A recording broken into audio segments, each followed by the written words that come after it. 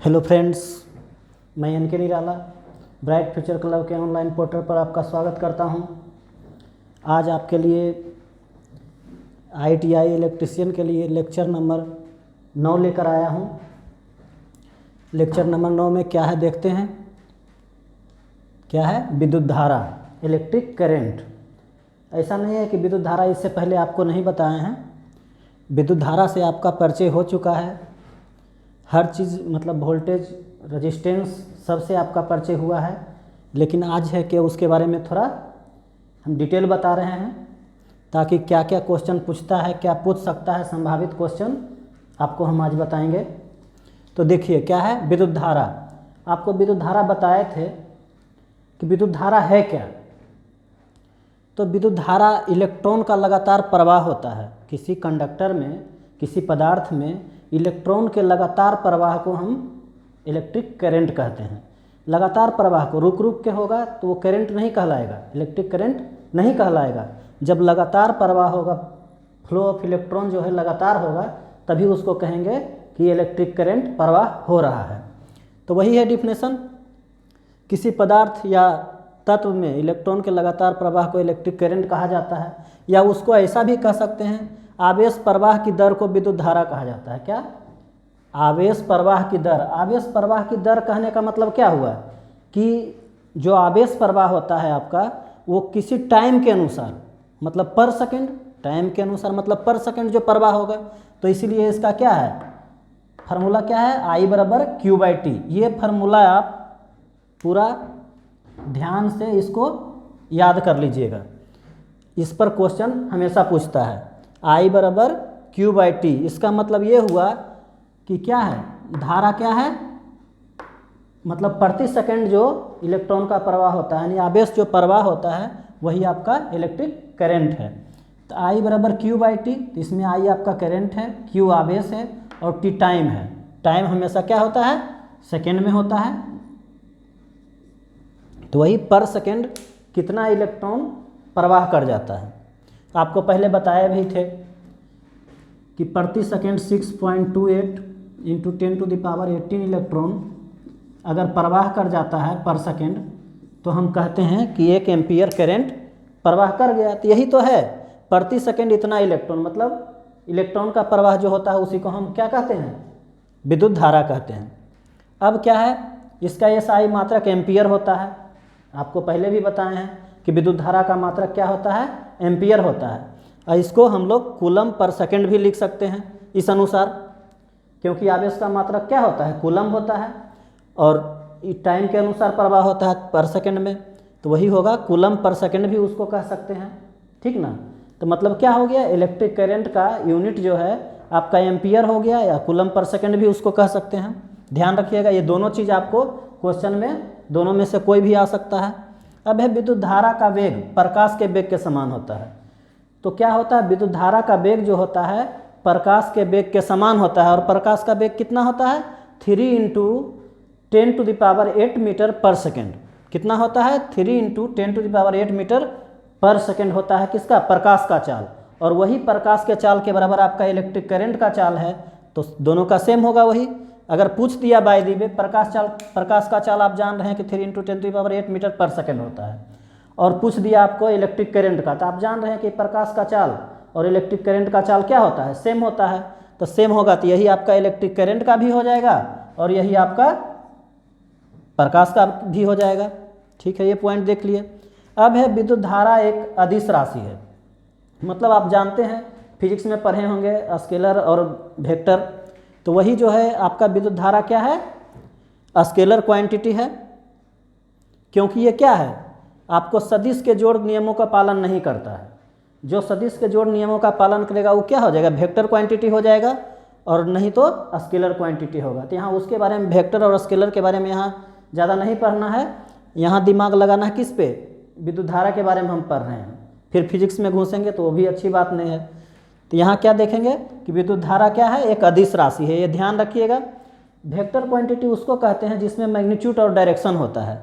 तो आपको इसमें मैग्नीट्यूड एक डायरेक्शन होता है, लेकिन क्या है, ये सदिश के जोड़ नियम को पालन नहीं करता है, इसीलिए क्या हो गया, ये स्केलर क्वांटिटी हो गया। तो ध्यान रखिएगा कि कहीं कहीं पूछता है कि ये विद्युत धारा क्या है, स्केलर है या वेक्टर है, तो आप वेक्टर में मत फंसिएगा, ये स्केलर क्वांटिटी होता है।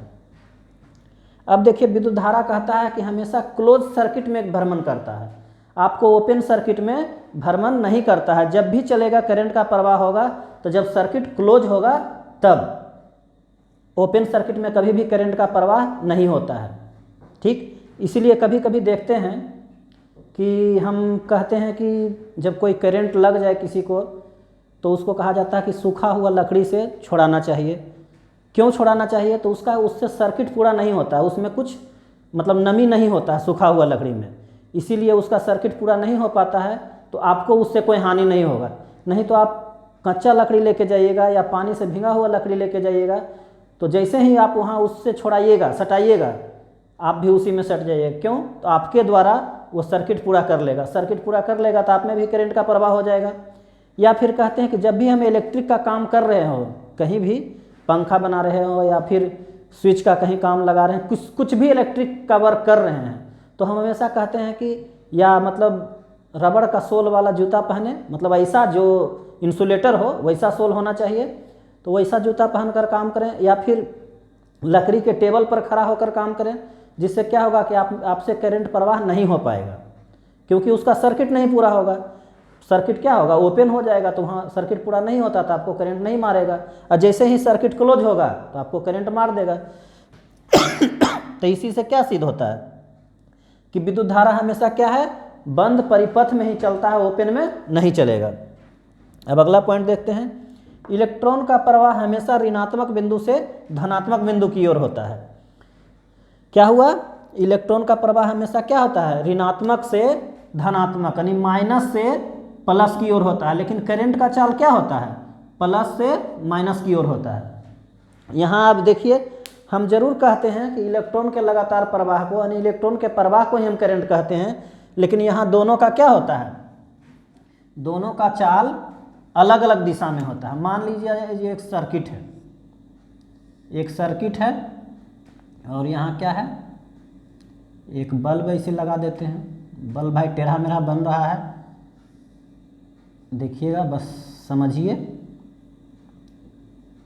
ये प्लस है ये माइनस है, यहाँ से दे रहे हैं, ये बल्ब क्या है,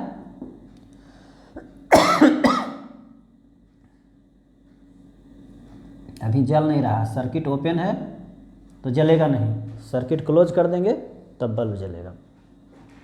अब देखिए, तो करंट का प्रवाह हमेशा किधर से किधर होगा, करंट का प्रवाह पॉजिटिव से निगेटिव की ओर होगा, पॉजिटिव से निगेटिव की ओर होगा।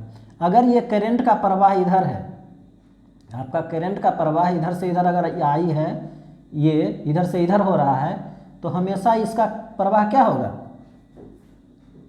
ये रुक जाइए इधर,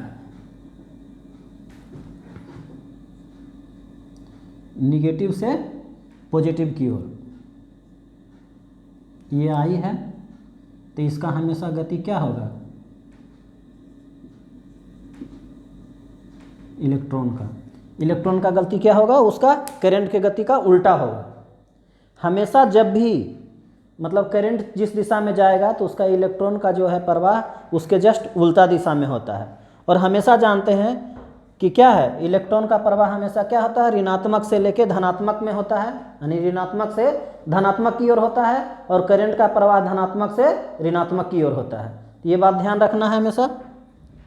अब कहता है यदि किसी बिंदु से 6.28, आपको अभी थोड़ा देर पहले बताए थे कि अगर किसी चालक में या किसी चालक के किसी बिंदु से प्रति सेकंड 6.28 इंटू 10⁻18 इलेक्ट्रॉन प्रवाह कर जाता है, तो कहते हैं कि 1 एम्पियर करंट प्रवाह कर गया। अब देखिए यहाँ पर 6.28 है इंटू 10⁻18 इलेक्ट्रॉन पर सेकेंड है। अब कोई जरूरी नहीं है, यहाँ पर 6.25 भी हो सकता है, एक बार और बता चुके हैं, या फिर 6 इंटू 10⁻18 इलेक्ट्रॉन, इतना भी हो सकता है। तो कुछ भी मिल सकता है आपको क्वेश्चन में, तो आपको समझ लेना है कि 6 से आगे में है और इधर 10⁻18 है, तो मतलब इसमें थोड़ा बहुत बिंदु में फर्क रहेगा, तो कोई अंतर नहीं पड़ने वाला है। तो आपको वो ध्यान रखना है, 6.28 भी हो सकता है, 6.25 भी हो सकता है, ओनली 6 भी हो सकता है। तो ये हो गया इतना बिंदु, इसको ध्यान में रखिएगा, इतना चीज़ को अच्छे से याद करना है, पढ़ना है आपको। यही सब टाइप का क्वेश्चन पूछता है एग्जाम में। तो ठीक है, इसको स्क्रीनशॉट कीजिए।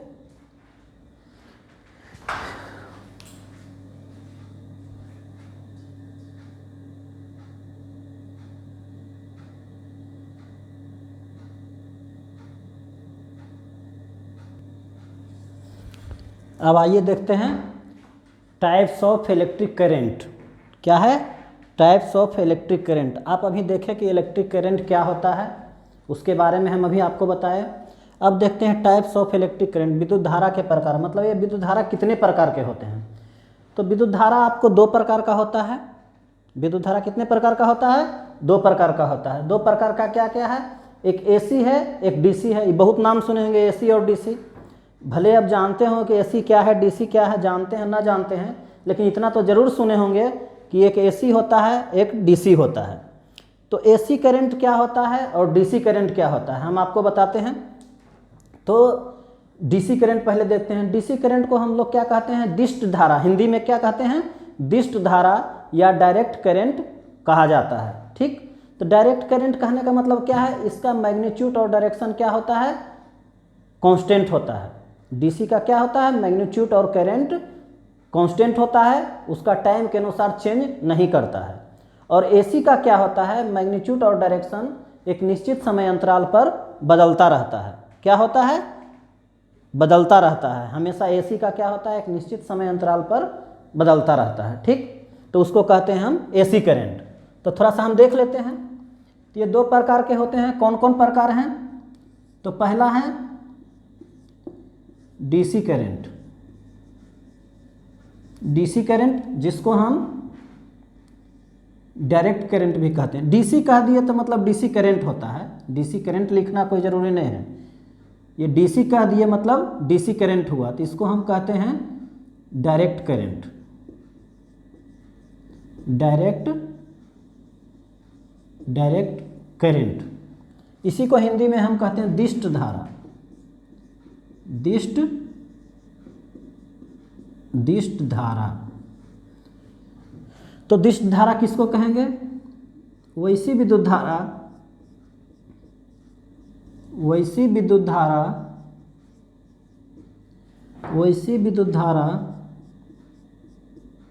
जिसका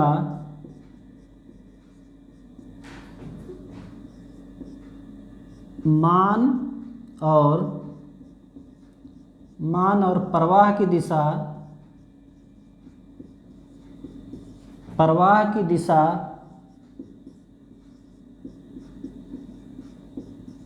नियत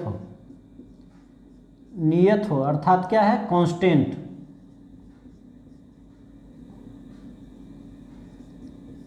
कांस्टेंट हो मतलब नियत रहता है, वो बदलता नहीं है। वैसी विद्युत धारा जिसका मान और प्रवाह की दिशा नियत रहता है, मतलब कांस्टेंट रहता है, तो उसको हम क्या कहते हैं? नियत हो, उसे डीसी या डायरेक्ट करंट कहा जाता है।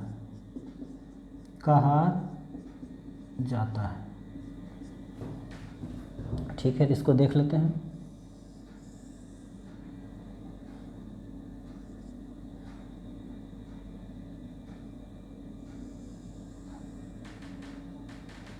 इस तरह से रहेगा। तो ये कहीं दिशा क्या है? टाइम के अनुसार कहीं दिशा चेंज नहीं किया है। ठीक, तो ये हो गया आपका डीसी करंट।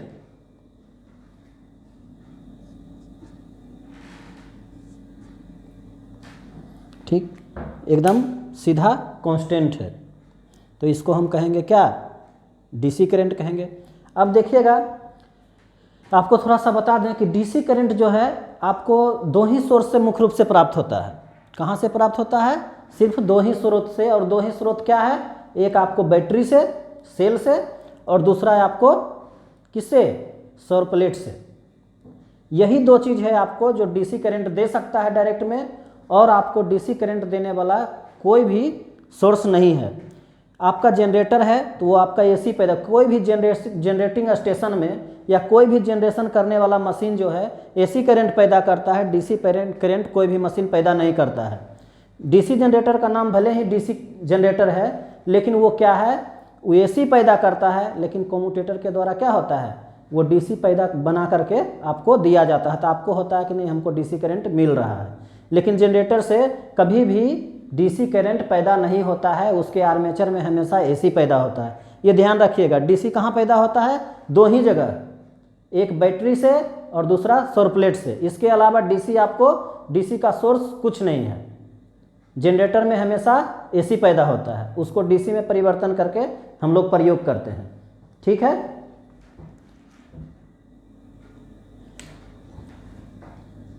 लिखिए।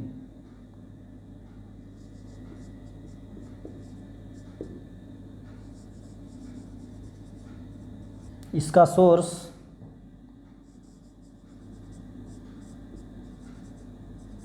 बैटरी,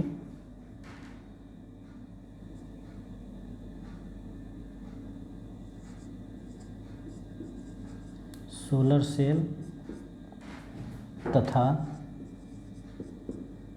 डीसी जनरेटर,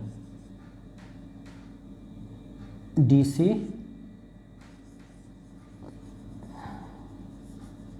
जनरेटर होता है। ध्यान रखिएगा, इसमें एसी पैदा होता है, डीसी में परिवर्तन करके आपको दिया जाता है, तो इसलिए सोर्स माना जाता है। डीसी जनरेटर से आपको डीसी करंट मिलता है, लेकिन उसमें पैदा नहीं होता। पैदा होता है दो ही में, बैटरी सोर्स में और सौर प्लेट में, यानी कि सौर सेल में। ठीक है, इसको स्क्रीनशॉट कीजिए।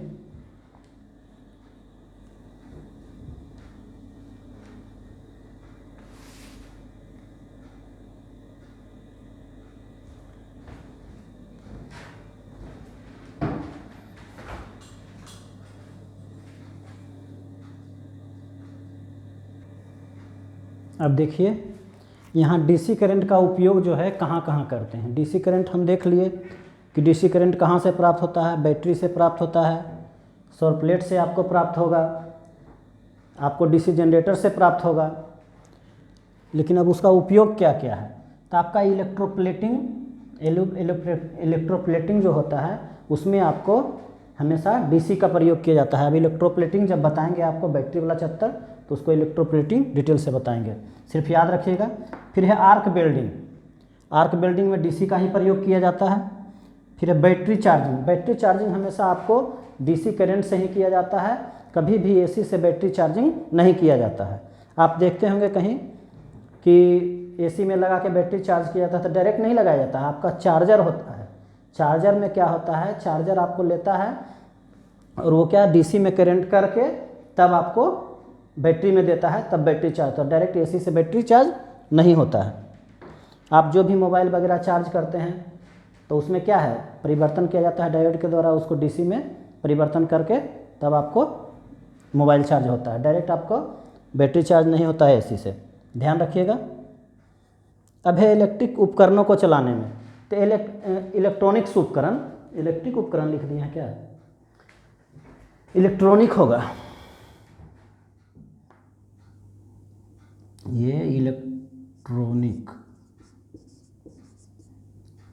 उपकरण। इलेक्ट्रॉनिक उपकरण अर्थात मतलब क्या, जैसे आपका रेडियो हो गया, टीवी हो गया, कंप्यूटर वगैरह है, क्या है ये इलेक्ट्रॉनिक उपकरण है।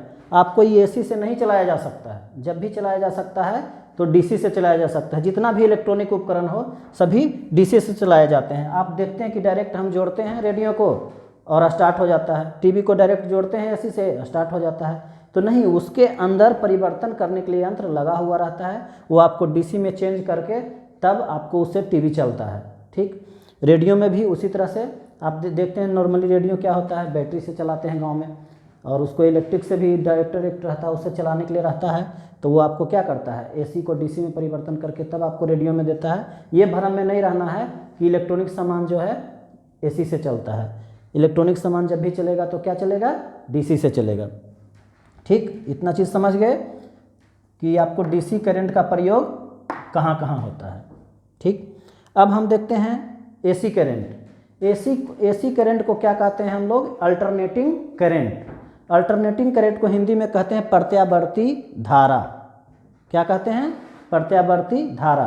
तो वैसा विद्युत धारा जिसका मान और प्रवाह की दिशा यानी मैग्नीट्यूड और डायरेक्शन, मान और प्रवाह की दिशा एक निश्चित समय अंतराल पर बदलता रहता हो, उसको हम लोग क्या कहते हैं? प्रत्यावर्ती धारा कहते हैं, एसी करंट कहते हैं, अल्टरनेटिंग करंट कहते हैं। ठीक, एसी करंट कहते हैं, अल्टरनेटिंग करंट कहते हैं और प्रत्यावर्ती धारा कहते हैं, जो निश्चित समय अंतराल पर अपना मान और प्रवाह की दिशा बदलता रहता हो। तो देखिए, एक निश्चित समय पर हम बोले, निश्चित समय अंतराल पर मतलब क्या? आप ये देख रहे होंगे कि ये अलग बात है, थोड़ा सा ऊंचा नीचा हो जाए फिगर में, वो दूसरी बात है। लेकिन देखिए, जितना ये आपको ऊपर पॉजिटिव नीचे निगेटिव, तो जितना ऊपर की ओर गया है उतना ही नीचे की ओर आता है, फिर उतना ही, मतलब एक स्वाभाविक है कि इतना दूर जाने में जितना टाइम लगा है, इतना नीचे आने में भी उतना ही टाइम लगा होगा, फिर उतना ऊपर जाने में उतना ही। एक निश्चित समय अंतराल के अनुसार अपना दिशा क्या है? परिवर्तन कर रहा है।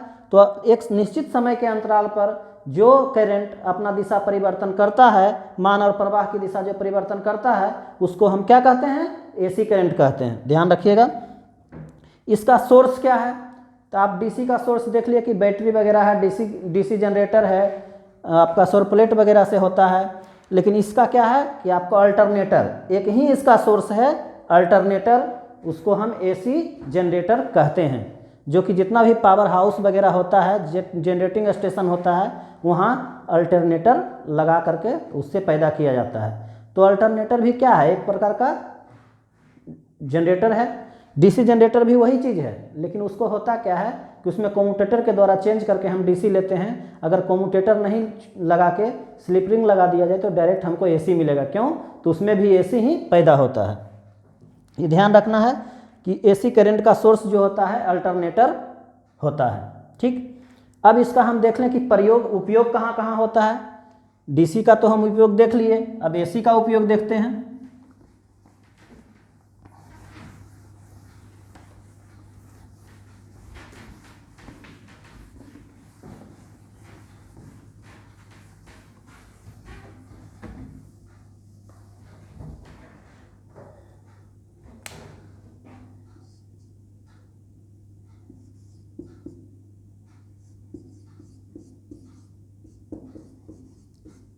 इलेक्ट्रिकल इक्विपमेंट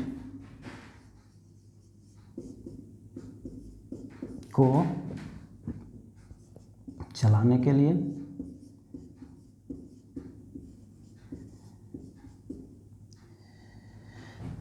जैसे में क्या है, इलेक्ट्रिकल इक्विपमेंट को चलाने के लिए मतलब इलेक्ट्रिकल इक्विपमेंट क्या हो गया? आपका पंखा हो गया, मोटर हो गया, ये सब क्या है? इलेक्ट्रिकल इक्विपमेंट है। इसको चलाने के लिए आपको एसी चाहिए।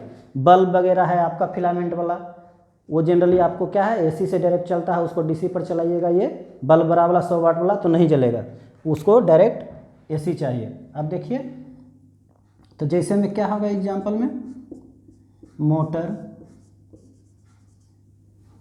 मोटर क्या है? मोटर इलेक्ट्रिकल करंट से मैकेनिकल में बदलता है, मतलब इलेक्ट्रिकल से मैकेनिकल में परिवर्तन करता है, तो उसको मोटर कहते हैं। तो इलेक्ट्रिकल इसको चाहिए ही। उसके बाद मोटर हो गया, फैन हो गया, ईटीसी जो भी मतलब इलेक्ट्रिकल इक्विपमेंट है वो सब क्या है? आपका आयरन वगैरह हो गया, आयरन भी दे सकते हैं। तो जो भी होगा इलेक्ट्रिकल इक्विपमेंट वो आपका एसी से ही चलता है। ठीक है, तो इसका उपयोग देख लिए, मतलब घरेलू घर में आपका जो करंट उत्पन्न, जो आपका घर में यूज करते हैं हम लोग, तो वो क्या यूज करते हैं? पूछ देगा आपको कि हम लोग डोमेस्टिक में जो करंट यूज करते हैं वो एसी होता है कि डीसी होता है? तो एसी होता है। क्यों? तभी आपको हम बताया कि पंखा वगैरह क्या है? एसी से चलता है। तो हमको डायरेक्ट जो है घर में एसी लेते हैं, लेकिन उसी को जहाँ जहाँ हमको इलेक्ट्रॉनिक सामान में देना होता है तो उसमें लगा हुआ रहता है इक्विपमेंट, वो डीसी में परिवर्तन करके अपना काम कर लेता है। लेकिन हम लोग के घर में क्या यूज होता है? एसी यूज होता है। दूसरा पॉइंट लिख लेते हैं, घरेलू उपकरणों को चलाने के लिए, घरेलू उपकरणों को चलाने के लिए क्या चाहिए? एसी करंट चाहिए। ठीक, तो ये आपका रहा, आपको बता दिए करंट के बारे में, करंट का प्रकार बता दिए कितने प्रकार के होते हैं। अब जो है आपको आगे ले चलेंगे, अगले क्लास में आपको एसी और डीसी के बीच अंतर बताएंगे और भी बहुत सारा चीज़ बताएंगे। देखिए कितना तक हो पाता है, तो हम धीरे धीरे इसी तरह से बताते चलेंगे। आप धीरे धीरे पढ़ते चलिए, फ़ायदा करेगा। एक बार पढ़ने से कोई फ़ायदा नहीं है, सब जमा हो जाएगा। आपको धीरे धीरे पढ़ते चलिए, वही फ़ायदा करेगा। ठीक है, तो आगे आप पढ़ते रहिए। आज के लिए बाय, धन्यवाद।